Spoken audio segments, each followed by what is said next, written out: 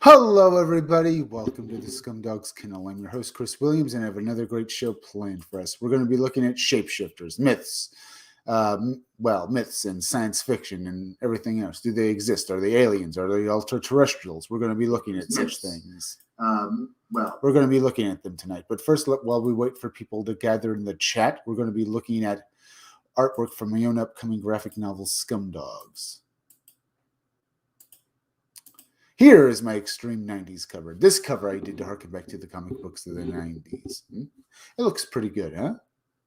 This cover is pretty good. This is my extreme 90s cover. I did this cover to basically bring you back to the 90s with the comic books from back then. So you get the idea. Now, Scumdogs, the name of my graphic novel, is a parody book. I parody the cartoons from the 80s. You'll see a lot of characters in this book that will remind you of cartoons from the 80s with their wild storylines and cool characters. Now, the Scumdogs themselves, the title characters, they're supervillains who want to take over the universe. See, they used to compete in sporting events known as the Scumdog Sports. Sporting events held with superhuman monsters as the pro athletes. They're called Scumdogs because they're scum and dogs for trading in their humanity for superpowers. See, to compete in the Scumdog Sports, you had to be a superhumanly powerful monster. And they transformed themselves into these creatures either through science or through some more esoteric means. So they lost their humanity and became superhumanly powerful creatures. So you get the idea. They're not exactly the nicest guys around. But what happens when they get banned from sports? The Scumdogs decide to take over the universe. Now, they're led by their leader, Deathmug, the purple guy with the metal mask. All right? Deathmug is a parody of various villains from 80s cartoons. You can see he's an arrogant dictator who wants to rule the world, and he's pretty much based on, Skeletor from He-Man. Well, like Skeletor, he has a skull face. He's also got aspects of, or rather, he looks like the villains from G.I. Joe, the leaders of Cobra. Like Cobra Commander, he's got a metal mask. Like Serpentor, he's got gold on him. And of course, he's purple, like the Shredder from Teenage Mutant Ninja Turtles. That's Deathmug over there. On this cover, you can see him fighting his archenemy, the guy with the pink pompadour hair over there. His name is Buick Starpoon, his arch enemy. Buick Starpoon and the rest of his team, because if you notice his uniform, it looks like something from a space opera. That's because he's also he's not only is Buick Starpoon a parody of G.I. Joe characters like Duke, he's also a parody of various heroes from space opera shows and space opera from the space opera genre or space opera movies and stuff. As I said, in fact, anyone on this cover with a similar uniform to Buick Starpoon, you see his white uniform over here, is part of his team in the Space Forces. And they each have a military specialty because they're G.I. Joe parodies, something in the military that they do that makes them able to fight terrorists and monsters. Now, Buick Starpoon, as I said, is a parody of space opera heroes, namely like Zap Brannigan, or rather characters like Zap Brannigan, Captain Kirk from Star Trek, Buzz Lightyear or Buck Rogers, those kinds of heroes. He's an arrogant military guy who never admits he's wrong and keeps doing the wrong thing, even though he knows it'll blow up in his face because he's too arrogant ever to back down. He hates Deathmug because they're both arrogant morons, and he hates him because he thinks Deathmug tries to show him up. It doesn't. A pretty good story idea right there. Now, the other members of Buick Starpoon's team in the Space Forces, the guys part of his team he leads in the battle against the Scumdogs. You can see on the cover over here. This guy with the mohawk over there is part of Buick Starpoon's team. His name is, Roadhog. His military specialty, the thing he does in the military, is that he's an army guy. He used to be part of the army. Let's look at some more of these characters. Now we have this guy over here, and the bald guy with the gun over here in the blue uniform. His name is Beach Pounder. He's another member of Buick Starpoon's team in the Space Forces. His military specialty is that he's a Marine, just another Marine. Before he did anything else, he was part of the Marines. And then you have this guy back here in the red uniform driving that vehicle. His name is Blast Tank. His specialty in the military is that he's a heavy vehicle specialist, a tanker. Now, this covers one of 3 different variant covers you can back when my Indiegogo goes live, so you have that to look forward to too.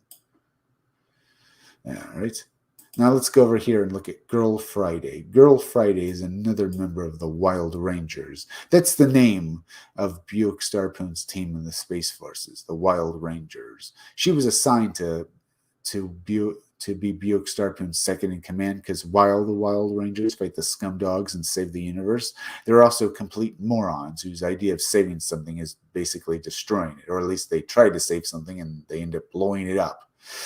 And to head off criticism because of all the destruction and stuff like that, Girl Friday's superiors in the Space Forces assigned Girl Friday as Buick Starpoon's second in command to basically, to watch and mind him and his team because they keep destroying stuff, and she hates him. She hates everything about him because she feels like her career in the military is over because she's basically a little better than a minder for him. She just watches and basically tries to make sure he doesn't destroy anything. So she hates his guts. All right. Now, folks, please go hit that like button for me because it really helps me fight the algorithm, okay? The more people that see my content means my graphic novel Scumdogs comes out all the sooner. As well as remember, you can go to my Twitter page on Twitter at @77megachris1. The name of my Twitter page at 77megachris1, and this video, after I'm done making it and streaming it tonight, you can watch it right off the bat because YouTube buries my videos. So basically this video won't appear on my YouTube channel, and this video won't appear on my YouTube channel until hours later. So go to my Twitter page at @77megachris1 if you want to watch it again. It will be the first pinned tweet. It'll be at @77megachris1, the first pinned tweet. And remember, folks, also, please hit that bell and hit the part of the bell that will give you all future notifications for my videos. And remember, share this video out on Twitter and Facebook. Let's look at some more art. Over here, we have Death Mug's henchmen. Because in all 80s cartoons, the main villain of the cartoon would have henchmen, and they'd be total morons. Now, the pink guy down here is Sloppy, and the blue guy up here is Murdermouth. They're a couple of morons that can't do anything right. They're a parody of every henchman from an 80s cartoon, and they basically keep making everything worse. When Death Mug sends them out to do evil deeds, they basically blow stuff up, but do they ever actually accomplish what they're supposed to do? Who knows? They just blow stuff up. Now, let's go over here. Let's look at Hair Metal Doctor. Hair Metal Doctor is a parody of Dr. Mindbender from G.I. Joe, a mad scientist. But my mad scientist here has been crossed over with a hair metal musician, because that's awesome. Yeah, he's a mad scientist crossed over with a hair metal musician. He thinks of all the stuff the scumdogs use to try and take over the universe. And here we have Miss Breasty Melons, another one of the scumdogs. Now, Miss Breasty Melons is a parody of the Baroness from G.I. Joe. But unlike the Baroness, Miss Breasty Melons she became a villain just to have fun. She's only a villain to have fun. She's only doing evil to have fun. Now, the Hair Metal Doctor pinup and the Miss Breasty Melons pinup will be included with other pinups in my graphic novel when you back it on Indiegogo when it's up. I work on my book every day, folks. When it's done, it'll be up on Indiegogo, so go back it. But remember, I will also get these pinups out to you on T-shirts from Crypto Fashion to buy as well. You'll get T-shirts with these designs on them. You'll get T-shirts from Crypto Fashions with these on them. So look out for those as well. Let me exit out of these. Okay. All right. Now, let's go over to Indiegogo real quick before we start looking at shapeshifters. Godlike the Romulus Saga has made $189,364 with 29 days left. Not bad. Ethan Scabbard Cyberfrog Starfolio has made 139,507 with 2 days left. Grandpa has made $1,500. Let's refresh this to see if it's moved along any. Black Ops Carmen America has made 19,108. Cyberfrog Starfolio has made 142,123 with 27 hours left. Let's see. Godlike the Romulus Saga has made 190,083 with 28 days left. Final Boss has made 53,000 with 5 days left. Let's take a look at the Godlike the Romulus Saga. You can back this book for $25. Let's see about this. Let's see about this book. Everything I loved about Magic of Saturday Morning's comic books and anime. Best described as Star Wars meets John Carter. All hope for humanity is gone, or so we thought. John Malin returns to reinvigorate the American superhero genre. 10,000 years from now, a new dark age is upon us. One man haunted by visions of a bygone age and a mythical world. Well, it's Earth must remember his past to save the last humanity on a distant dying world in an age where magic and super science are one. To kill a god, a champion must become godlike. Okay, you can back this book for $25. You can also get the Godlike Supplemental. Each of these books is 48 pages long, but Godlike has 2 stories in it. But you can also back for the Visions book as well, which is basically a book of pinups. So that's good. But you can also get Ascendant, $75. Get Godlike Volume 1, Godlike Supplemental, and Visions plus Train Card for $75. So that's also good. Now, folks, let's look at this trailer.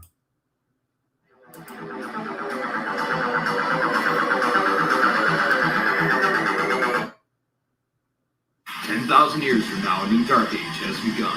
One man, haunted by visions of a bygone age in a mythical world known as Earth, must remember his past to save the last of humanity on this dying world. In an age where magic and super science are one, to kill a god, a champion must become godlike. Become godlike in order now. All right. That looks good, huh? To kill a god. Looks great, huh? That's Godlike, the Romulus Saga. You can back it for $25. It's made $190,000. It's got 28 days left. Back it on Indiegogo. As I said, you can back it on it for $25. Feel free to leave me a few chats, folks, and hit that like button because it helps me fight the algorithm, okay? Right? And the more people that hit that like button means my graphic novel Scumdogs comes out all the sooner. And please remember, if you want to watch this video as soon as I'm done streaming it, go to my Twitter page at 77megachris1. It will be the first pinned tweet. And remember also to hit that bell, hit the part of the bell that will give you all future notifications for my videos. And please go share this video out on, well, Twitter and Facebook. Here's First Wave Cyberfrog action figures. It's made $429 with $3. It's got 3 hours left. Well, that is interesting. $492 and $3. 3 hours left. It's made done pretty well. It's got nearly made $500.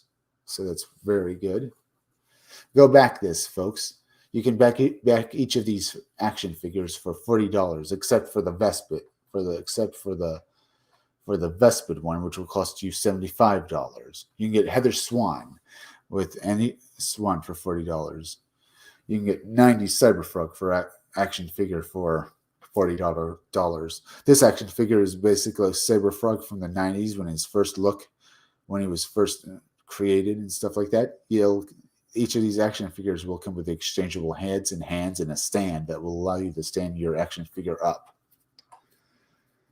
Here, but you can also get the Vespid action figure, which is $75, but it will also come with a bunch of accessories as well, and it's far bigger than the other action figures, and it looks good. But also get modern Cyberfrog for $40 as well. It will have exchangeable hands and head, and it will come with a stand stand for you to stand up, and it looks great. Each time this campaign reaches a stretch goal, these action figures will get more accessories added to them. So go back in an Indiegogo, folks. It looks great. All right. Let's go over here. Let's see, 15 minutes in. Okay.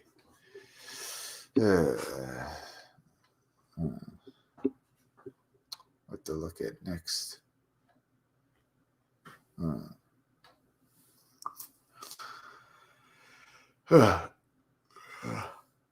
Earthbound Part 2 has made 68,731. It's now funding through demand, so that's good. Captain Love has made 5,671. This is Captain Love, Rise of the Pirate King, the new chapter in the saga. You can also get Black and White Man versus Machine for $40,000. It's made $40,000, but you can back it for $25. It's got 23 days left, so that's also good. Yeah, you can back this book for $25. You can also get Black and White Volume 1 second printing, $25 as well. That's also good. Black and White have boots on the ground once again as they confront Jack, aka JC, as he begins his down campaign to bring on his new world order. That from the ashes will rise to the Finks world order. The Finks, which is ruled by deadly robots and one master. We know that Reed and Whitney have an adversarial relationship, and that Reed is usually left holding the bag when it comes to Whitney's less than stellar decisions. But will her thirst for vengeance destroy the team before it even has a chance? Keeping Whitney focused may just be the death of Reed. The graphic novel is an epic 64-page book written by various people, and well, this comes from the creator of Black and White and stuff like it. Looks pretty good. You can back this book for $25. You can also get the original book for $25 as well, so that's also good. Now,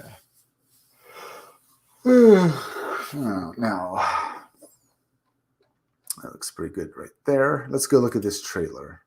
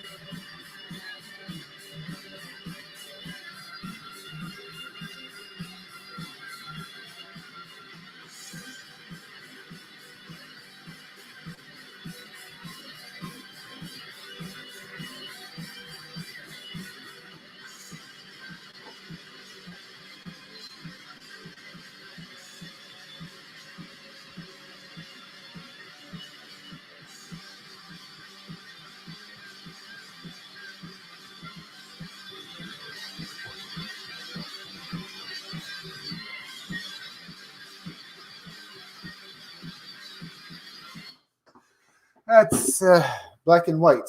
Looks good. Looks very good, folks. You can back it from Indiegogo. Go back it. This is another good-looking book. Let's go over and now look at maybe shapeshifters. Let's see. In the shadow of the shapeshifters. Let's try this article first off the bat. As I said, feel free to leave me a few likes, folks. As well as please leave me some chats on your ideas on on these things. Do you think they're myths and stuff like that, or something other things? Let's see. Myths. In fact, neither primitive nor untrue, writes the Reverend Stephen Fuhrer, are rather a kind of poetry that help us make sense of the world and our place in it.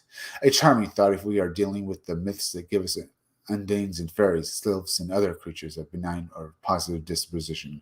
Most of our myths, however, are cast in a different mold. Giant hairy creatures, sea and lake serpents, and more disturbing humans who become monsters, whether as a result of curse, was often seen in Greek legends, or warriors of the Norse tradition turning into bears and other powerful creatures. Interesting. Oldest and most popular of these transformations is without a doubt lycanthropy, the state in which a human turns into a wolf. By art or chance, entire library shelves can be filled with testimonies, means of execution, and remedies for such a conditions, as well as endless means by which to identify a human or such an animal guise. While generally assumed to be Nordic tradition, lycanthropy was greatly feared among the Romans and their Mediterranean neighbors, who dubbed such individuals versiples. Well, the word basically means skin changers, out of the belief that they wore their hairy wolf skins on the inside of the body and changing themselves inside out to go on their nocturnal forays.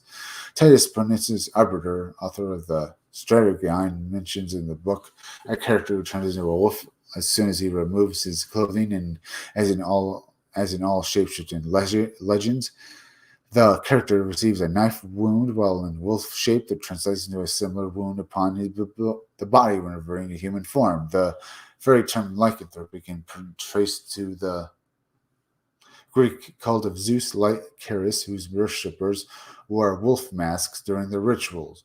While European cultures lived in fear of these amazing transformations, the Eastern cultures, equally framed by metamorphoses into other animal shapes, were-foxes, were-vixens, only a prominent role in Chinese and Japanese legends, with the common motive of fox taking on the guise of a human female in order to marry a human. Upon her death, all that remains is the carcass of a fox. India is rife with tales of rakishis, tiger men, just as rakishis, as well as tiger men, just as Africa seems to have were-leopards, were-hyenas, and other man beasts. On the other side of the world, at the bottom of the Americas, Selknam culture, Teardale, had a very elaborate form of magical thought. Tribal sorcerers were responsible for initiation ceremony that included men dressed in costumes resembling the shoot underworld entities able of appearing their myths as animals. Researchers who were able to witness the hand name given to the sacred tradition also noted that participants assume clearly animal behavior to the extent that it becomes difficult to recognize a shred of humanity in them. So deep was the possession or identification with the channel animal force that the human couldn't remain in a state for an unspecified period of time. Northern Argentina, also had its share of these beliefs. The jaguar also had its share of these beliefs. Lords of the Valley of Ambrito, Caramaca decimated the region for several centuries, following a belief centered on Untangoa, the great jaguar, a manifestation of the sun god Pancho. Consumption of hallucinogens enabled them to achieve heightened state of awareness. That enabled communion with the divine feline. Centuries later, it is not uncommon to find rural beliefs in this part of the country which hold that witch doctors can rarely assume the form of a power animal. An unexpected howl in the night might lead some to whisper among themselves, "Salo de." He went out as a dog, and he went out as a dog, and the veracity of such a metamorphosis is unquestioned. Argentinian researcher, the guy from that country, a researcher Christian here had the following to say in exchange for letters. We shouldn't make the mistake of thinking that these beliefs represent some sort of cultural backwardness, as our primideers cannot be used to measure their social belief, social reality. Measure their social reality. A few years ago, in the early 1990s, a sociologist from the university in the early 50s the early 90s, a sociologist from the University of Berlin decided to contact a study of the life of the Muscutus of Libra.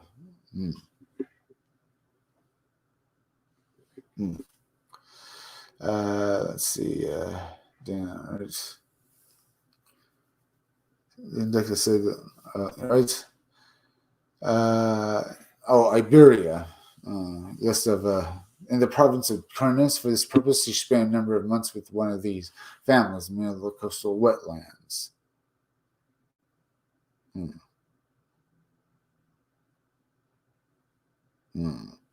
All right, and then let me get back to this. I was thinking about it for a second. Let's see. Argentina, just understand we shouldn't make the mistake that these beliefs would represent some sort of cultural backwardness. Our parameters cannot be used to measure their social reality, some sort. A few years ago, in the early 90s, a sociologist from the University of Berlin decided to conduct a study of the movement, study on the life of the Muscutus Libra in the province of Current. A number of months with one of these families in the middle of the coastal wetlands. This woman, extremely learned and with a considerable scientific background, claimed to having witnessed a man transform into a limousine. Despite the mockery of her colleagues, she never retracted her statements. All right. The question, however, is whether this woman actually see the transformation which she was influenced by the savage and mysterious landscape to the point where her perception of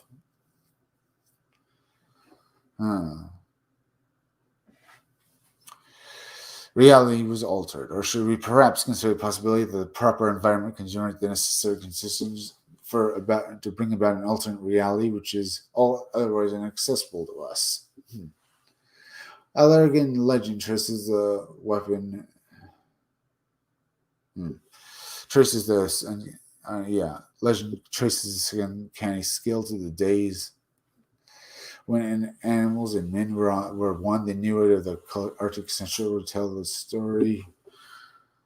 The legend of the bachelor who returned to his hut only to find a woman tending the fire and marrying her only to learn that she's a shapeshifter. One of Mexico's powerful legends from pre-contest days, that of La Llorona, the Weeping One, a spectral figure that emits a banshee-like wails.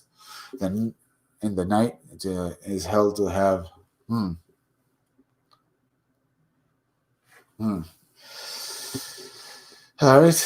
held to have been a woman endowed with the power of nihilism, who devoured her 2 children while in bestial state, doomed to mourn her loss forever. The study of shapeshifting has been regulated to anthropologists, and sociologists who explain the phenomenon in ways and memories of tribal totemic rituals, archetypes, fears, the use of hallucinogens.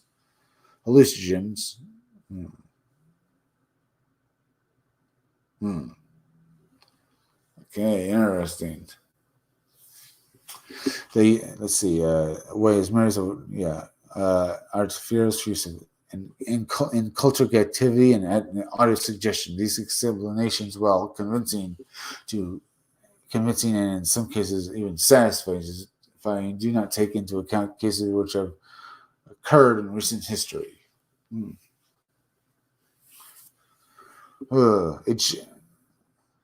Egyptian author Rollo Ahmed, the Black Art, was among the first modern books on the subject of black magic. I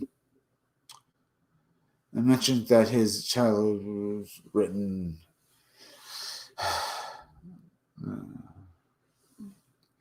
visit German village in July. Visit German village visit a village in childhood was warned by. Sorry about that, folks. Let me get to that. German village in childhood was warned that a village in her childhood was warned by local girls about a young washerwoman who was suspected of being a werewolf. When bringing laundry back to the house, the washerwoman tried to integrate herself with the children, who were repelled by her glassy eyes, cruel mouth, and normally long fingernails in spite of her profession. Interesting.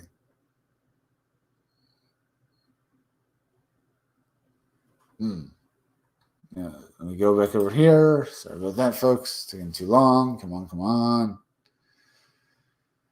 Yeah, sure. And let's go to part 2 in the Shadow of the Shapeshifters. Part 2. Shadow of the Shapeshifters.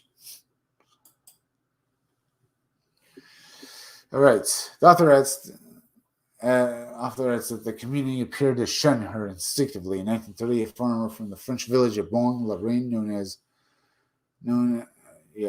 a sorcerer to her frightened neighbor, was rightly accused of taking on the shape of a wolf. At night after his death, a search of his farmhouse revealed all the paraphernalia associated with black magic. In the mid-40s, a Navajo Indian reservation was alarmed by rumors of a werewolf attacking the herds of sheep, depositing graves and killing.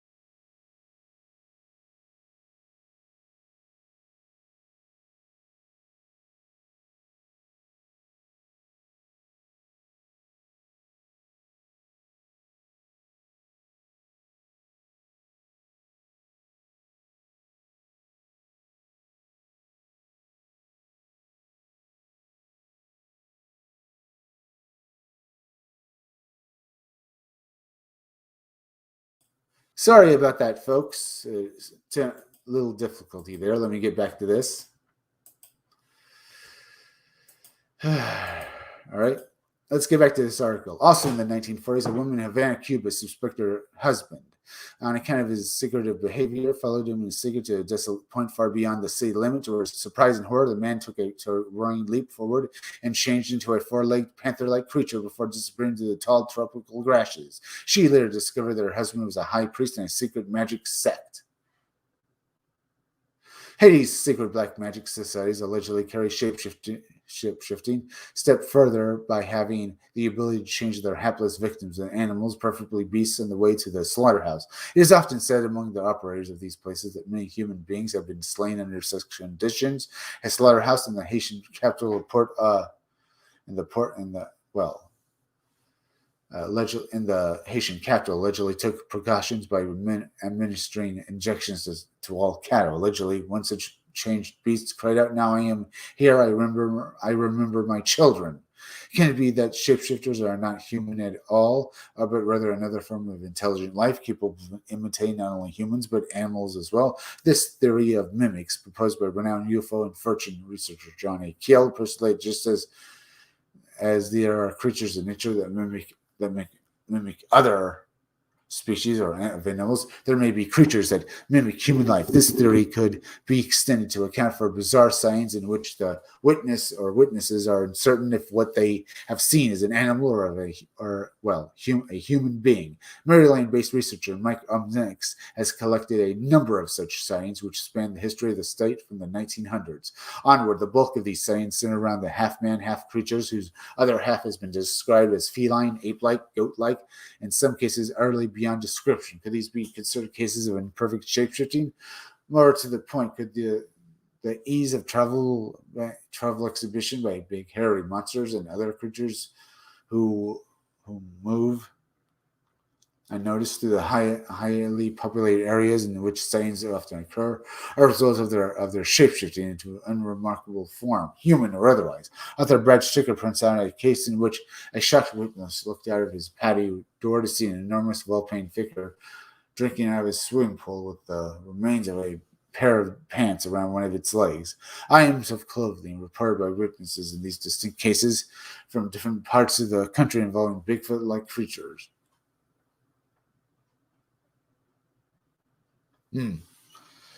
Right? Of Bigfoot-like creatures. Checkered jackets, frayed trousers. Sound like werewolves. Well, with their plaid shirts and stuff like that. Or something like that.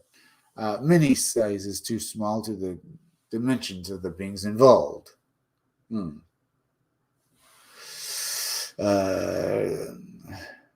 For the dimension, yeah. Are we dealing with humans like TV, the Incredible Hulk, are caught in mid-metamorphosis with shirts and pants that won't stretch the Jacob's notion? Society must be observed that Bigfoot and his kin are not the only ones who have been spotted in human haberdashery in 1972 at California hiking around mysterious Mount Shasta claimed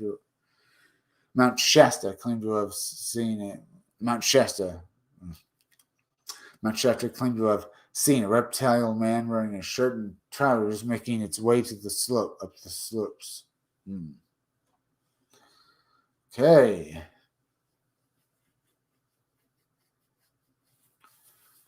Another interesting possibility arises in this discussion. Could the small shapes that reported as Nagalas, skinwalkers, or other metamorphs be tulpas? Imagine images created by the concentration of thought having limited violation, but enough to be sent on task for its creator.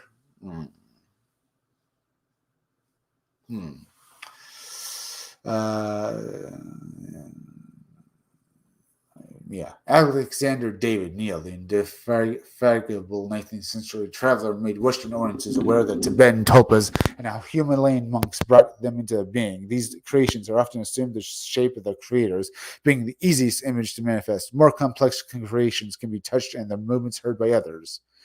Neal attempted to create her own tulpa and discovered that what many adepts have found, once brought into being, they are hard to undo unless certain programming elements, for want of a better word, have been created for the copy's word absorption of the original.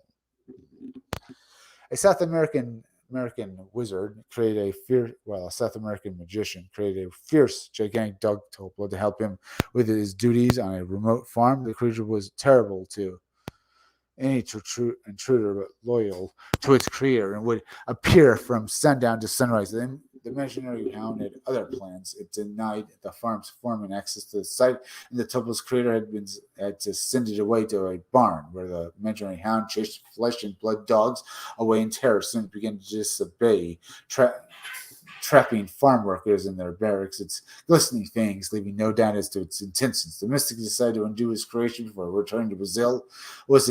For a further, more physical shock, he had not taken into consideration the amount of energy would be reabsorbed into his body. The shock was akin to a blast of electricity. While he would emerge otherwise unscathed, he admitted to the experience slightly convulsions for many days to follow. For many days, after what happened, huh? Interesting.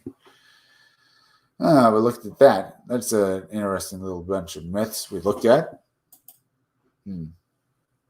Feel free to leave me a few chats, folks, of what you think of shapeshifters. Dark witches, shapeshifters, skinwalkers? Maybe. Let's go over here. The very weird world of Nessie, UFOs, and magicians and shapeshifters. Let's take a look at this article. People often ask me why I think that the creatures of Loch Ness, Scotland are supernatural in nature rather than being flesh and blood animals. Well, the primary reason is because Loch has been for centuries an absolute magnet for paranormal activity. The real story of the Loch Ness monster is very different to the one presented by cryptozoologists and monster hunters.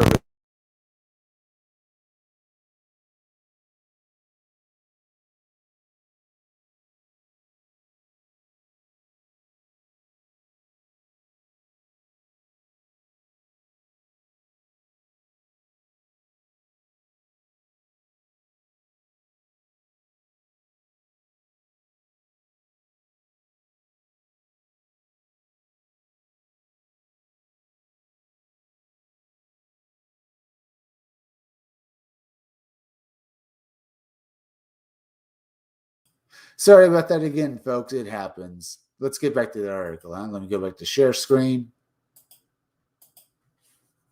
And we'll get back to this. Yeah, also a story that many of the perhaps the cryptozoologists don't like to talk about the supernatural with Nessie had been touched upon. Yeah, data is out.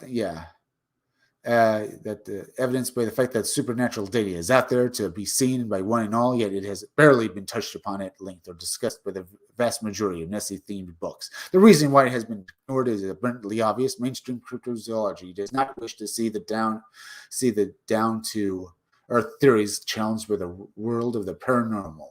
I understand that cherished beliefs suggest that Nessies are plesiosaurs are important to many. However, ignoring key data will not help solve the mystery. In reality, such an approach will have the polar opposite effect. It will stifle research and push it down the wrong road. Time and again, we have seen the monsters of Loch Ness try to the domain of the supernatural, no less than the very first recording sighting of the 6th century affair of St. Columbia, which steeped in strange phenomenon. The monster's deadly games were reeled in by the saint who called upon the power of the Christian God to try and rein in the creature. Of century affair of St. Columbia. Creature. More 1,000 years later, the monster was still plaguing the people of Loch Ness. That much is made clear with the tales of the Kelpies of Loch Ness. It's important to note that not a solitary soul believed them to have been regular, albeit unknown animals. Indeed, the unanimous conclusion was that the ability to alter their physical appearance, such theories and fears extended right up until the final years, 19th century, made a resurgence years later, largely thanks to the work of monster investigator Ted Holliday. Still on the issue of the final years of the 1800s, there is not an insignificant fact that none other than great beast Aleister Crowley lived at Loch Ness Bulskin House. That Crowley deliberately and inadvertently, or a bit of both, conjured up infernal supernatural entities and helped create an air of malignant menace at the loch. Cannot be denied and cannot be without relevance. Something else which cannot be denied is the fact that when the term Loch Ness Monster was created in the 1930s, it prompted a multitude of reporters that described the Nessie in widely varying ways. Arthur Grant encountered a monster with distinct flippers and a long neck. Hugh Carey's famous foe shows a creature that pretty much lacks any kind of neck. As for its head, its beak like Lieutenant MCP for its monster's long legs rather than flippers. Walked on the land and was somewhat hairy rather than dark and serpent-like. Add to the tusk and frog-like Nessie of earlier years, and what we have here is a modern incarnation of the old Kelpie, a creature that could morph into multiple forms. The implication is obvious. The Kelpies of old never really went away. They were merely upgraded for new generations. And got a new name, Nessie.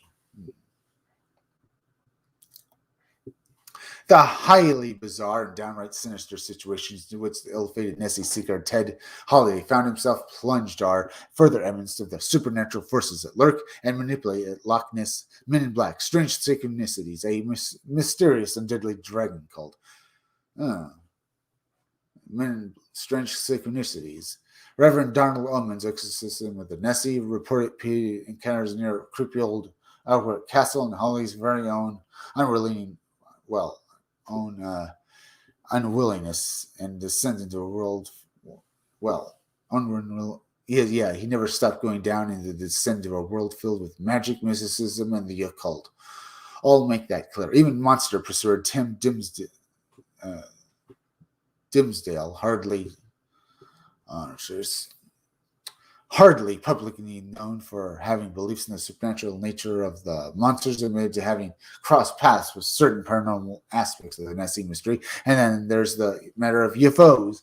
In the summer of 2015, the controversy of the Loch Ness Monster was taken to a new height, as in literally, that was when the mystery was yet again linked to the matter of high-flying UFOs. The three key players in this story were Alan Bett and his wife, Anna, and Anna's mother, Titania. The family from the English city of York were holidaying in Scotland. It was April 15th, 2015, and the three were staying at a cottage near the Oakbrook Castle. While at the loch, and as in this case for practically everyone who visits the loch, they took a good number of photos. It wasn't until the Betts returned home, however, that they realized just how weird one of their vacation pictures was. Taken by one of them, it appeared to show a pair of anomalous objects in the sky right over Loch Ness, as if Nessie wasn't enough of a mystery on its own.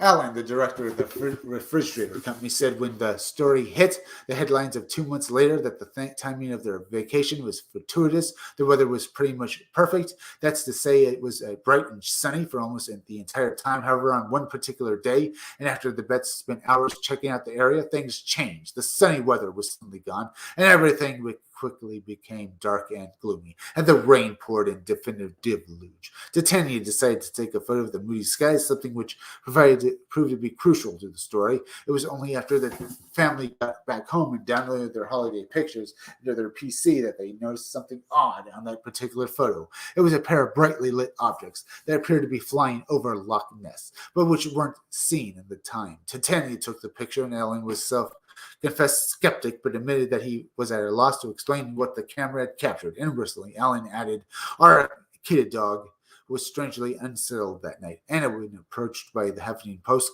for comment on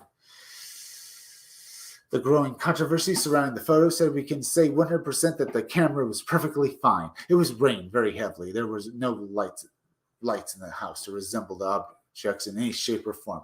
Some commenters suspect that the entire matter could be explained by a light reflection. Both Anna and Alan felt that such an explanation was unlikely.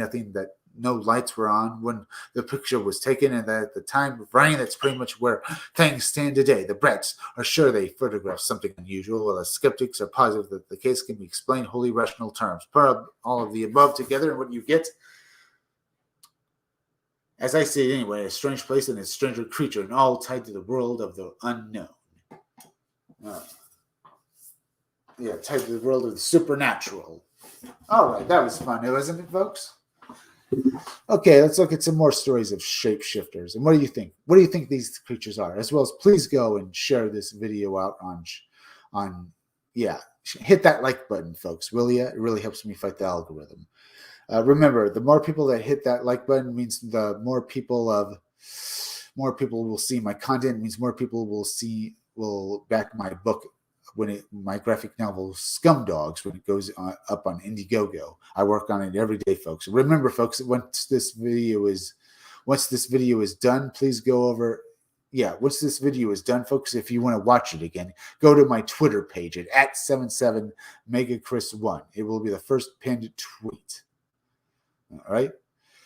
All right. What else is there? Oh, yeah. Also, hit that bell, hit the part of the bell that gives you all future notifications for my videos, and please go share this video out on Twitter and Facebook. Let's go look at this article.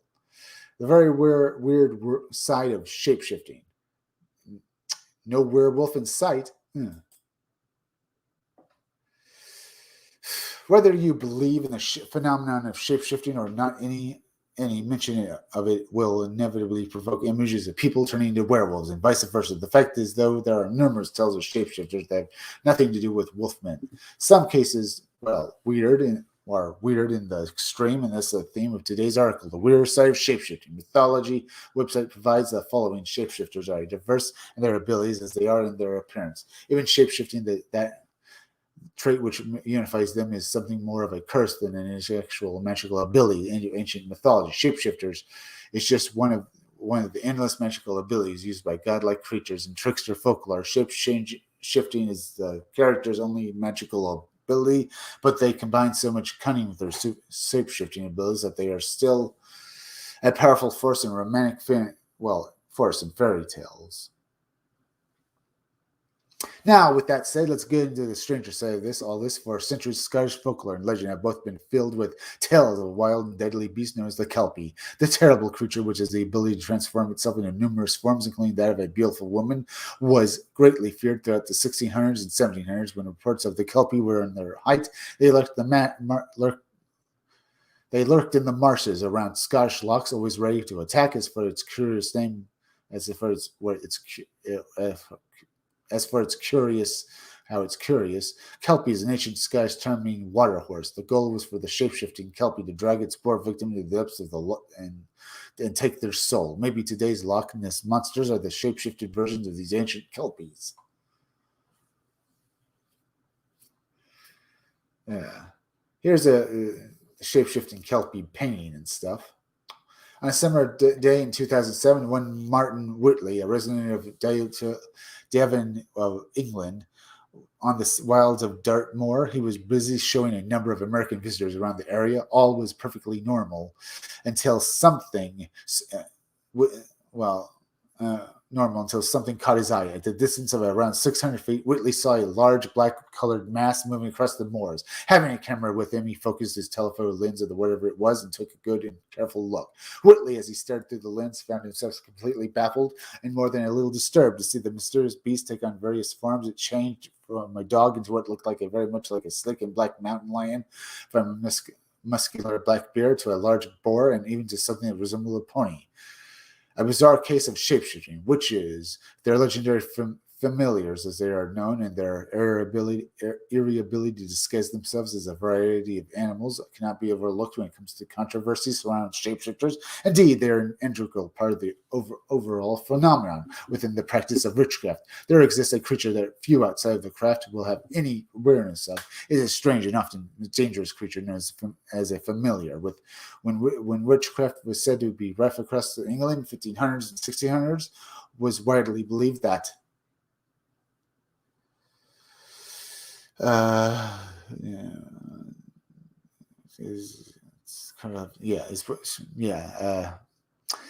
that witches used a small animals for a wide variety of reasons, such as spying on those who might do them harm, but they weren't animals in the normal sense of the word. They were said to be demonic entities that possessed the ability to alter their forms into multiple kinds of animals. For the witches of the Middle Ages, the preferable forms were black cats, black dogs, hedgehogs, hares, and mice.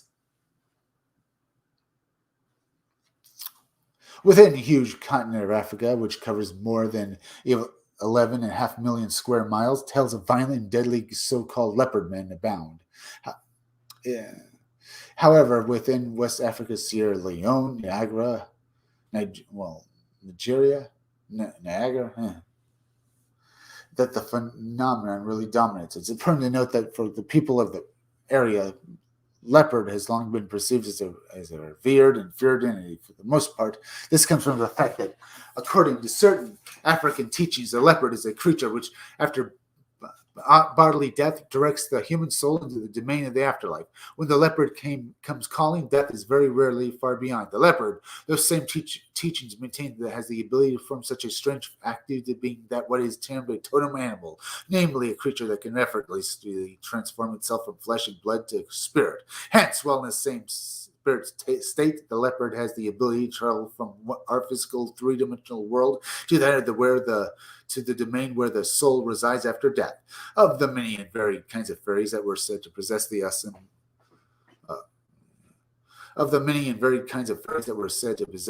power of shapeshifting, certainly one of the most cool, huh? This is very cool to read about, huh, folks?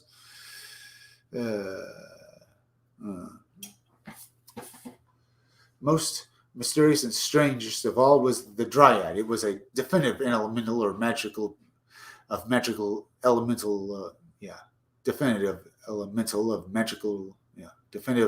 magical proportions that took shapeshifting to truly unique level. As we shall see, the Dryad was a supernatural entity that features heavily in ancient Greek mythology, which was exclusively associated with forests and woods. Trees, there was a very good reason for that. The Dryad had the uncanny ability and eerie ability to transform itself into a tree. Yeah. So you see, that's very interesting to read about all these different creatures, huh? We got a few more minutes left. We can look at a few more.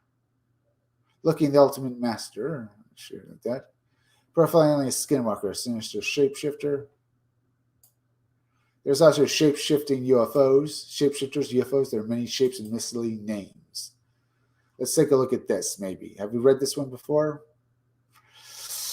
Over the last several decades, a great number of reports have been collected. Well, maybe I guess I could look at this. It's how long is this article?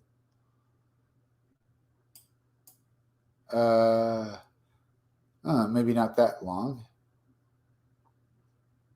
Yeah. Over the last several decades, a great number of reports have been collected pertaining to odd things seen in the sky. These reports ranging from apparent aircraft of unknown origin to less structured or mechanical-looking phenomena that may have a natural cause have collectively come to be known as, UAVs. However, descriptions vary greatly enough that no single explanation can be offered that accounts for all of the observed phenomenon that appears in available literature on this subject.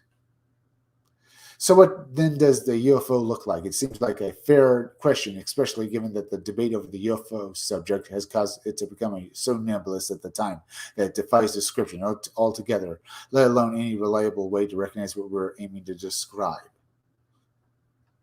Throughout the 1950s and 60s, a great number of purported UFO observations resulted in descriptions of objects that were shaped like ovals, eggs, spheres, or perhaps most popular of all, discs, domes. Thus, the term flying saucer came to general use for such objects. In 1947, following pilot Kenneth Arnold's description, when he basically describes objects he observed, describes of objects he observed over Mount Rainier that summer. However, rather than indicating the shape of the objects, each eager members the press had coined the term in reference to the description Arnold had given of their locomotion, which he likened to saucers skipping across the water. It remains unclear as how much of this arbitrary name assigned to the objects may have affected people's perception of them. Over time, 1970s, Alan Hendry, the Center for UFO Studies in Illinois, noted that many alleged nighttime sightings of flying saucers could be explained with the help of knowledge about when and where various commercial aircraft were operating at a given time. In particular, the illuminated signs trailing behind advertising planes, when viewed from a moderate distance away, were repeatedly mistaken for UFOs. However, the most revealing component to Hendry's analysis involved the way that so many of the descriptions indicated a ring of lights situated around what the witness had perceived as the base of a disc or dome, with a sometimes blinking light, or disc dome, So it's light on top, with a light on top. In other words, the unusual appearance of the glowing letters and the lights on the planes themselves constantly managed to fool observers into thinking they were looking at a disc or dome-shaped saucers. In the absence of clear details against a darkened sky, the minds of the observers filled in the rest as Hendry describes. If the people who reported ad planes as UFOs had described only the perceptual available details, there would be no problem correctly identifying the source. A description like this would be fine: a sequence of white lights flashing like a theater marionette with possibly a flashing or steady red tail light and no discernible body or in the body shape in the dark. Instead, virtually all the witnesses assumed that the lights swung around the back and started over again in a loop. This led to the conclusion that the body containing these lights was a rotating disc shape, were described in terms like disc, saucer, round, oval, circular, frisbee, raised, middle. Disturbingly, many witnesses professed confidence that they could see the outline of the saucer shape distinctly. The three-dimensional appearance of the saucer is frequently added when they were mesh signs suspended under the wing sags. In the middle under its own weight. When seen edge on, the resulting effect makes the middle seem projected closer toward the witness, while the opposite side seems recessed. To assert that such simple explanations might account for a broad range of UFOs reports in itself somewhat controversial.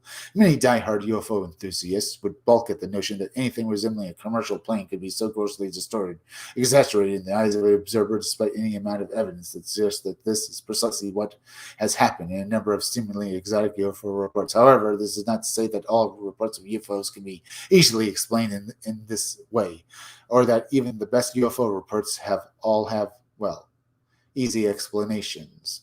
The latter of these scenarios, representing a curious assertion maintained by many UFO debunkers over the years, whose very simplistic offerings and solutions to UFO reports sometimes rival the absurdly or hardcore ET advocates on the opposite ideological extreme. Yes, Yes, Alan Hendry acknowledged that there were some reliable observations of disks or saucer-shaped objects collected by his by his committee and stuff, or his group during this time with the organization. I'm not going to try and read the little name they have there for the group because I'm not quite sure how to pronounce it. The organization, though cases like these, well, were certainly in the minority in the organization. Huh? These were certainly in the minority. However, the most significantly takeaway from all of this appears to be one which goes all the way back to the seemingly inconsequential birth of the flying saucer, a man name which again was derived from a description of the motion of a group of objects rather than their actual appearance. One should note that this rather revealing Kenneth Arnold's own recollection of the object he saw would seem to change somewhat with time. At the outset, he described them quite differently from the saucers they would become in later retellings within a few months. Their initial fixed-wing crescent shape would soon have been all but forgotten. Arnold would later state that at least some of the objects he observed seemed to have had a crescent shape, while the others did resemble saucers. As I noted in the 2013 article of Arnold's sightings, his credit, and despite the labeling of phenomenon he immediately may have helped create, Arnold would not be the only one to seem to be endorsing flying saucers after his inaugural encounter took place. Well,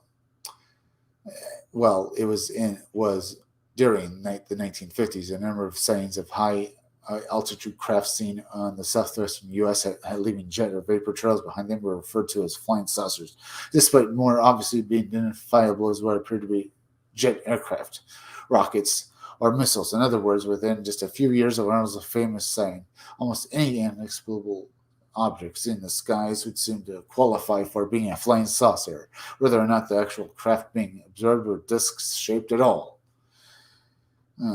In retrospect, it is possible that much of the literature supporting various UFO shapes and varieties, and thus also interpretations of the UFO phenomenon itself, have actually been built around presumptions and misrepresentations.